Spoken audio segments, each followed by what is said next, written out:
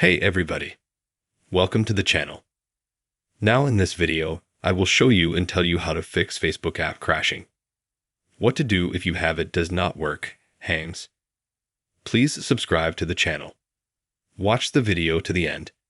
Let's get to the bottom of this issue. Let's go. If you have a Facebook app on your phone that's really freezing and not working.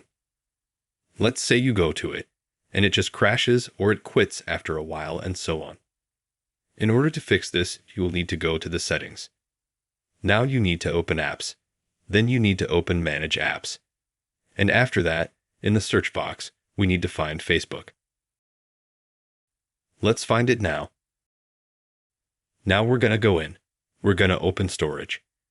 And for that, we need to clear the cache. After we've cleared the cache, try to go to Facebook. Maybe this will work, and we'll be able to go, and we'll have everything working. If not, we try to clear cache and memory. Also after that, we go to Facebook and try to log in again, and I think this way will help you. If not, another way is to go to the Google Play Store and then also search for Facebook.